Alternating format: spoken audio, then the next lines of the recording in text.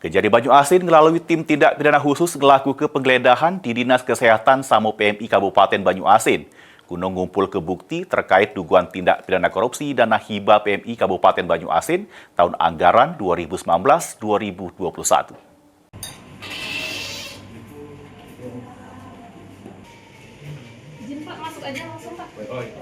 Dugaan adanya tindak pidana korupsi dana hibah PMI Kabupaten Banyuasin tahun anggaran 2019 sampai 2021.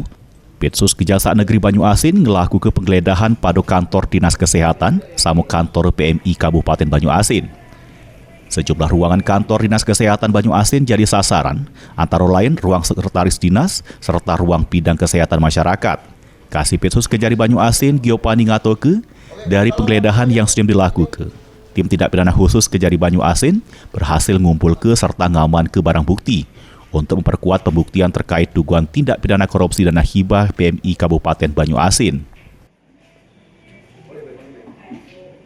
Pada perkara dugaan tindak pidana korupsi pengelolaan dana Palang Merah Indonesia Kabupaten Banyuasin tahun anggaran 2019 sampai dengan tahun 2021.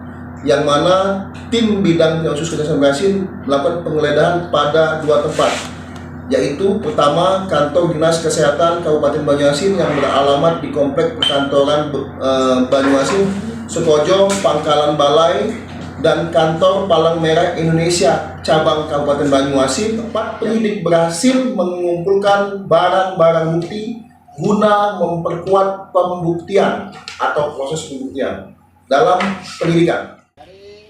Ridho Ilahi, PAL TV.